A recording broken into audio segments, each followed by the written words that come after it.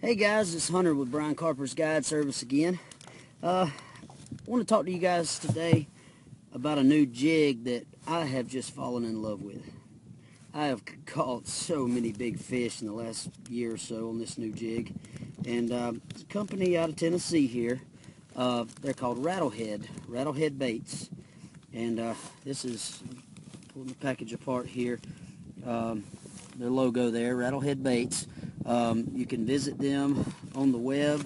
Their website is rattleheadbaits.com. And the trick of this thing, get one out here. First of all, you've got basically your standard football head jig here. You can see it's got a really flat surface on the head. You've got a really good stand-up action to it with that flat surface. Weed guard's not too heavy, which is great for football head because you're usually fishing these in open water.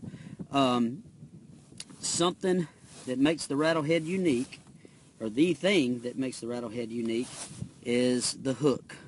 Now, let's see if I can get this in the camera just right. But as you can see, the hook moves inside of a brass chamber. And you probably can't hear that with the camera, but it's a very subtle click, and that click travels really well in the water, which is the sound that crawfish make. Now, the way I use this bait, I'll get one that I've had rigged here. As you can see, this one's beat to pieces. It's caught a lot of fish.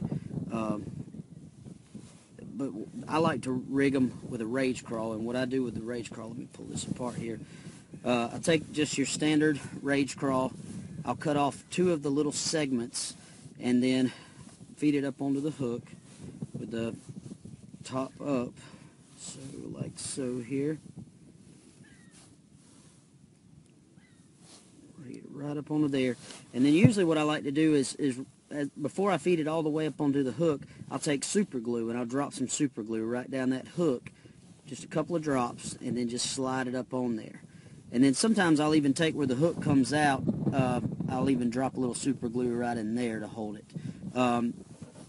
The other thing that I do, which I skipped a step, the skirts come fairly long on these. Now, that way you can fish it as more of a mop jig, but if you want it to have a little bit lower profile, I always trim the skirts. I usually go just behind the hook with it. This is the Texas Crawl color, which is one of my favorites. Give them a shout, and they'll be glad to hook you up. It's a great jig. Take care.